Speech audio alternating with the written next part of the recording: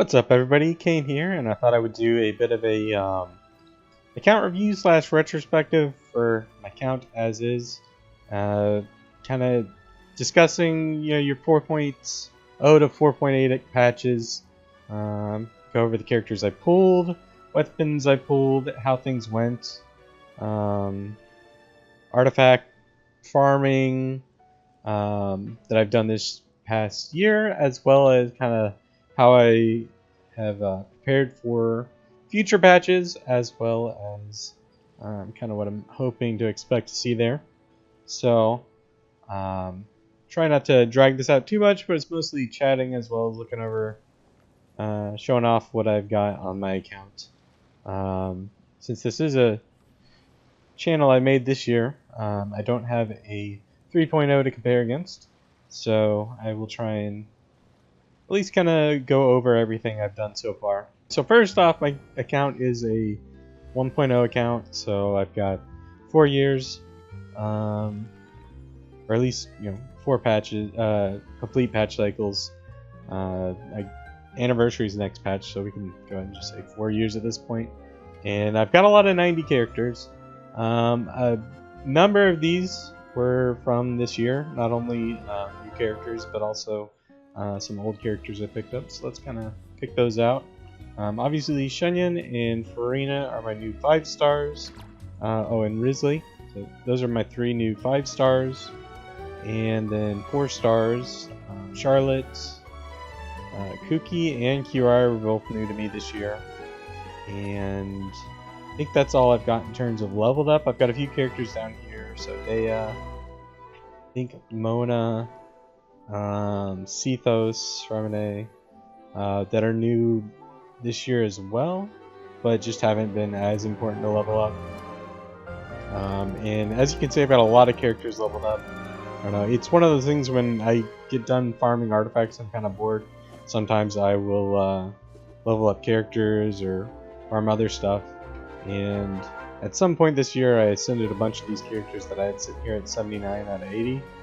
Still now 80 out of 90, so it wasn't like a super expensive investment. It was just something to spend some resin on, and I would like at some point just to have everyone at least 80 out of 90, just so that I can use them all whenever I want to, if it's for like a meme comp or just for fun, right? Like, I'm not saying Hazo's good, but busting Hazo and Farzan out could be fun every once in a while, and being able to use kind of your more mean comps like that like this from time to time, I think is fun for me. I guess I'll also note that most characters are going to be at C0 if they're 5 stars, and I've got tons of talent investment. It's like 999, some crowns across the board. Oh, I also picked up Emily. I forgot to mention her since she's new. I just kind of overlooked it, but yeah. So I've got 4 new 5 stars. Farina C0. Only pointing that out because Charlotte. Before I got C0 Farina, I got C6 Charlotte, which was kind of painful, but at the same time, like, I guess C6 Charlotte's kind of nice. Let me before I complain too much. I got completely hosed why I only went with like 4 C0s. So let me just hop over to my Paimon.moe. If you don't know what this website is, it's a way to just track your wish counters. And what I'm trying to show you here is Risley, what was this? 145 to get Risley.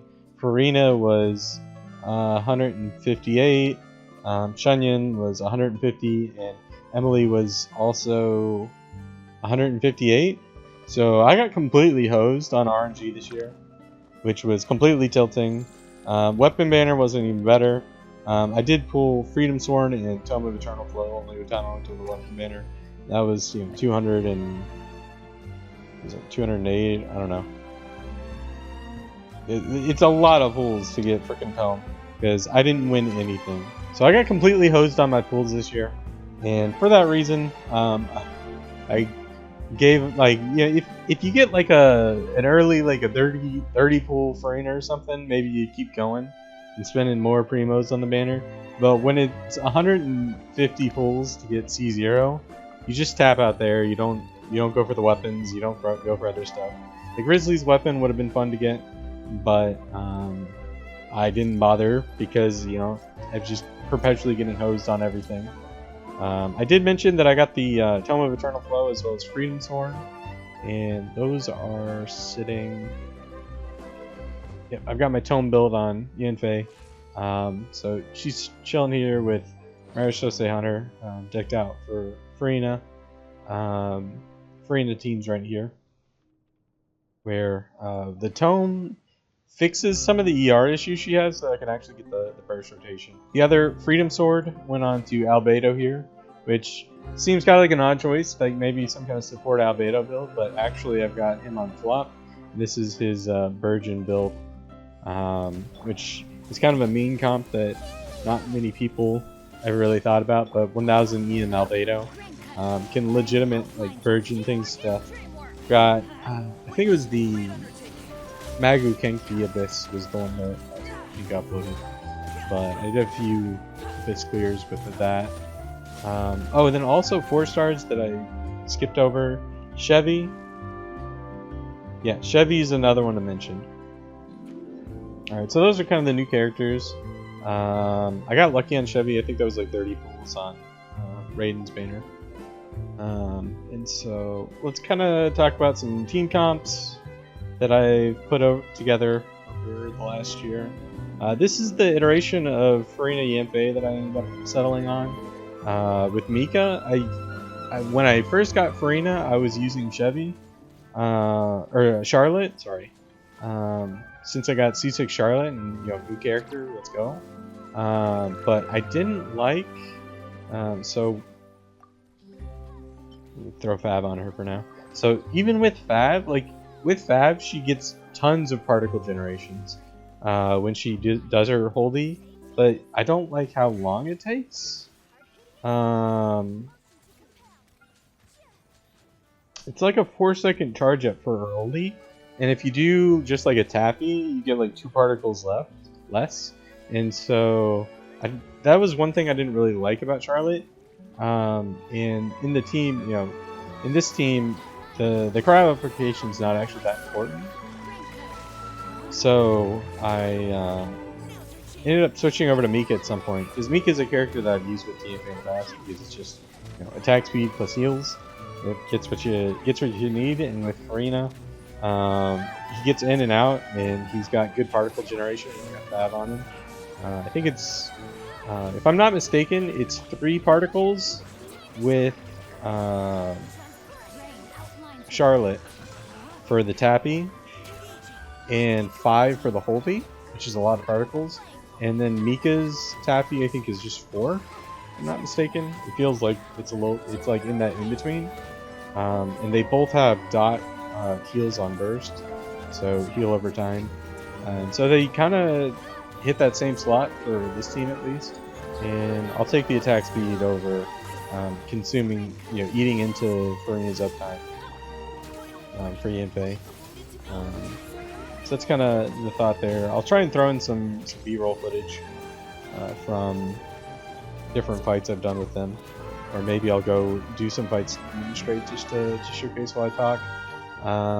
Let's see. Well, so Shenyan, my favorite plunge team with her has been Eco Plunge, but depending on the content, like against the Geo Shields in the new domain where that's at. Yeah, this one, Faded Theater here. I did do some D-Loop Plunge, and that was fun. I don't know, the plunge teams in general are fun. Hu Tao Plunge, I think I did Abyss at one point, and huge damage. So maybe I'll do an Abyss clear with that in the future if the Abyss stops being poo-poo. But for now, I've just it's like an open world team. Same with Risley. This is a freeze Risley. Obviously, you can't take freeze into the Abyss because it just doesn't do the damage required. But for overworld, this is one of the teams that I like using him in. really the only one I use him in overworld. Chevy. So in the Abyss, I'll swap Yai for Raiden, but for overworld, uh, you know, when you're not under a time constraint, just letting Yai pop random minis all over the place uh, is a lot more easy to think about. You don't really have to do much there, so that's a fun team that I like doing. And then I did pick up Emily. Either this team here with Freeze or popping her in on this Yai team in place of Chevy have been like the two teams I've liked most with Emily. And neither of them I think are like perfect. This one I think has like potential to actually be useful.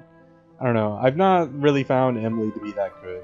And it's not necessarily her fault, but at the same time it kind of is that like she exists in burning teams, but she didn't really do anything to make burning teams better, right? Like if I slotted in here instead of Emily Nahida, you know, the damage will be a little bit lower, but not much changes.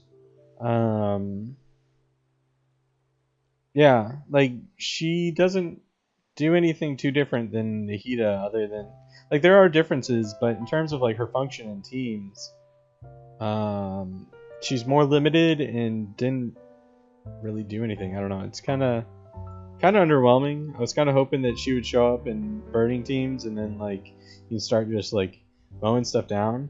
And that's how if you like look up on YouTube, Emily teams, people will kind of frame her like that. But then if you watch their like Abyss clear times and stuff, right? Especially like for the current Abyss, she's only been out for this Abyss.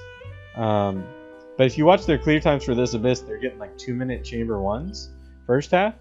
And like if you're under, you know, 840 remaining, right? Like I got my second half down to like 1.5 minutes. So yeah, if you go anything past 8 minutes to 30 seconds on chamber one, it's not good enough, right? And then yeah, people will be showing off C1, C2 plus her weapon, which you know would be cool to have, but I don't. I've got her on Jade Spear, and Jade Spear's pretty good.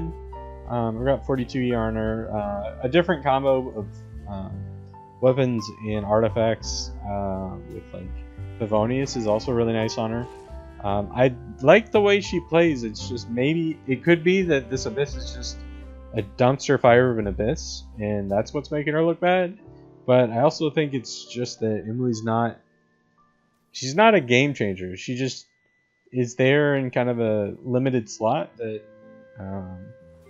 yeah, is a little bit better than Nahida, but it doesn't fundamentally make anything new viable. I guess that's what I have to say there. I'll try and like throw in some footage instead of just like the commentary screen that I'm in here. But we'll see. Hopefully I can get a nice video out of this. But yeah, so that's my complaints on Emily. And kind of a recap of the characters. Chevy, absolutely awesome. Raiden Chevy in the Abyss just has become like a team that helps me get through the content where a lot of my other teams aren't consistently able to. Like I did Nilo this cycle, but Nilo Bloom is not. Yeah, it's very limited when it's useful, when it's not. There's been a lot of like just Hydro checks to make Nuvolette relevant.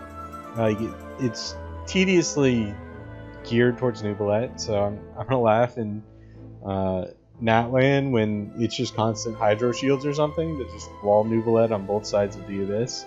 But we'll have to wait and see. If that's the case, then like Freeze stunks will go up dramatically, as well as just like double Pyro, double Cryo, and throwing some Dendro. Burning against Cryo shields, very good. So like there's a lot of ways that they could gear the Abyss differently than they are, but right now it's just pure Nuvolette, and I'm not enjoying it. Let's see. Let's look at Alright, so I don't really have too much to add here on my weapons. I have like historically pulled the weapon banner from time to time. I would say this year I've stayed away from it comparatively, and part of that is just because like when it's 150 pulls to get a character, right? Like that just eats into your Primogen total, and it's like whatever. I'm just gonna not pull, and it's pretty underwhelming for me or demoralizing for me, right? Like the the battle pass here, like I've not bought. I think I bought like one battle pass this year, and it's because like the value's gone so low for me, right? Like the rocks are always worthless once you get like a few months into playing the game, but like the um, the talent books even, right? Like if they kept it split where you've got the even the odds, right? So like here we've got Leeway and or not Fontaine and Sumeru split. Like throw in whether that's Mondstadt, Leeway, Inazuma, right? Like keep it odds and evens, sure, but like Sumeru and Leeway, right? Like throw onto this one Mondstadt and Inazuma, because like if the books were valuable, I'd definitely be considering buying this more. Also the new weapons, I guess they're cool, but like I don't know, I have no reason to buy any of these, right? And so the value here is just so not worth it to me, especially with like your micro amount of pulls that you get from this, just being basically worthless as long as you perpetually get screwed on your pulls like I do. Oh yeah, I guess the other thing I can complain about is that like the Welkin, right? Like the Welkin's not like the worst thing in the world, and if you're trying to like pick up skins, like I bought the Welkin a few times just that I had the whatever the currency is lying around to buy a skin. I finally got my first skin because I initially was gonna buy like the Kaching skin back in the day, but then it came out and it looked hideous. But the Shenhe skin is very nice, so I was happy to finally have a reason to buy those. But yeah, not motivating to spend money when it's just perpetually getting hosed on the banners. So hopefully 5.0 will be better. I do still have like plenty of primos saved up, as well as like Star Glitter, and if it wasn't 150 pulls or 210 pulls to get the weapon or character I wanted to choose, maybe I would save less. But I'm hoping that my luck turns around and I have a reason to spend more. But it's really not made me happy. But what did I come here for? Right, artifacts. So I spent a lot of time in the Marechaussee Hunter and Golden Troop domain, and I didn't really use it on a lot. Right, I've only got right now Noelle and Yanfei on Marechaussee Hunter builds. I do swap Risley over to Marechaussee Hunter when I'm actually using him, but him and Yanfei kind of overlap in terms of like their builds, since they're both attack scaling DPSs, and they can be EM value. Like EM could be important depending on the teams you're using them in. And so he's holding the one of the other Yanfei builds at the moment, but if I actually used him, I would swap him over. And then over here on Golden Troop, it's just Farina and Yaimiko that have complete builds here. I don't know, the overall value of this domain, like the Marechaussee Hunter set is great for DPSs, but yeah, it's a fine domain. That said, for the next domain, so that's Nighttime, Whispers of the Echoing Woods, and Songs of Bay Pass, you can see I basically just used my Abyss artifact freebies, and I think I threw a bit of resin in the domain to try and get like 2 pieces, and I never ended up with like a good healing set 2-piece, so I gave up. And then for burning, I did farm a bit of this to try and get a set for Emily, and it could be better, but it's fine enough. And then I ended up getting a pretty nice Shenhe 2-piece on attack percent here, so that's cool. I was hoping to get Chlorend. I did throw a 50-50 at her, lost it, and was like, screw this. I don't feel like, at least for me, since I've already got Yain right, and right, like picked up another Electro DPS. Like she would be nice to have, but this domain did not want to give me harmonic whimsy pieces, and it also did not want to give me Chlorine. So hey, whatever. Screw me, I guess. But yeah, so I don't know. Another thing to complain about. I don't have like exact data that I tracked on this, but on the Narwhal, I legitimately don't think I have one time gotten a 3 drop on the Narwhal. So if you don't know, bosses can drop 2 to 3 of their material, and it's just kind of, I don't know what the weighting on that, the randomness is. But the Narwhal has legitimately just given me 2 drops the entire time, which is giant waste of resin, right? Like I'm getting 66% of like the potential, and if we say 50% of the time you should get a 3 drop, right? Like that's like an 18% inefficiency on drops just on pure RNG. Because screw me, this game hates me. I don't know. Other random aside, I did try Wuthering Waves, and that game legitimately, I went full pity on even like the like just using the free standard banner pools to get within like 50 pools, you're guaranteed this, and then within 80 pools, you're guaranteed this. I had to go full 50, had to go full 80 on the rate up banner. I had to go full whatever, lost the 50-50, and said screw that game, because like there's like getting unlucky, and there's like just perfect, like the ultimate failure every single time. I don't know. This game, both this and Wuthering Waves, like give me terrible luck, but like I've at least played enough of this game to save up to get past the point where it matters as much, right? Like I've got like a very complete roster, so that if I don't get C1s or weapons or as many characters, it's not as big of a deal. But it is still, I don't know, I hate gacha, and this year really like solidified that. Like I'm playing this game because I'm already here, and it's not a sunken cost fallacy. It's I'm already past the point where it's as big of a deal, but I am not happy about my luck this year. And like that's one thing is like Risley. Risley's not a good character.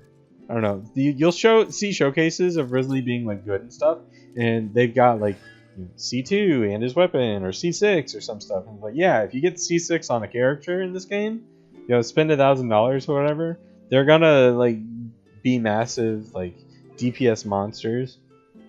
But if you've got like a standard 5-star catalyst on him, C0, imagine this is Marital Say Hunter, right? Like he's gonna be mid. Like he's not a better DPS than what are other available options that already existed. And people say that like he's the cryo floor, like him compared to Ayaka. It's like if you raise the floor and like you still don't make a passing grade, did you really raise the floor? I don't know. Cryo is not in a good state, so I'm hoping Natlan will somehow improve Cryo.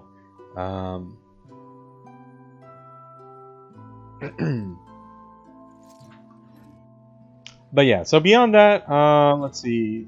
I guess one thing to talk about is Abyss. Obviously, they added Imaginary Theater as an alternative to the Abyss. So instead of doing every twice a month resets on the Abyss, it's now once a month, and then that alternates with the Imaginary Interior Theater.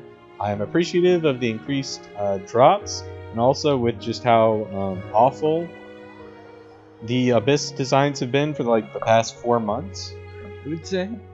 I'm happy to have to do the Abyss less often.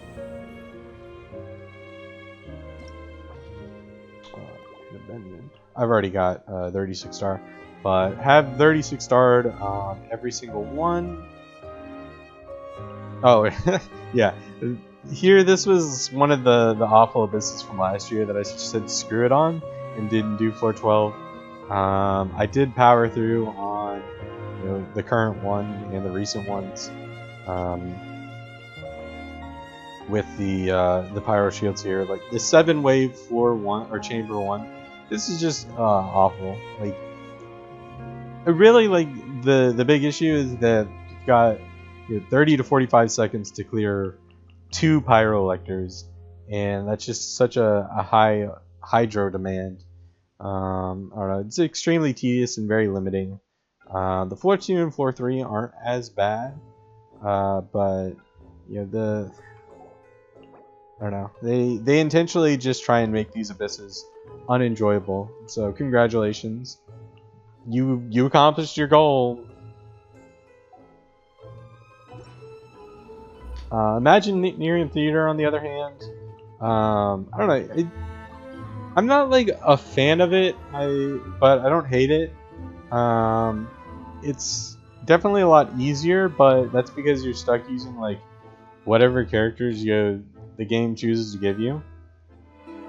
And I think that's kind of my biggest complaint about Imagineering Theater, is that you can't really plan your teams very well. Like you've got this large amount of alternate cast here, but you don't want, like, you want enough supporting characters to go with your DPS and whatnot. And unless you're gonna reset for RNG, right? Like I don't know, the trial characters here is Shao, Farzan. And I was like, well, they're trial, they can't be that bad. They're terrible. I don't know, like maybe they just haven't built wrong, or maybe level 80 Shao is just not the way. Either way, like that was like one of my worst acts, was trying to force that one to use.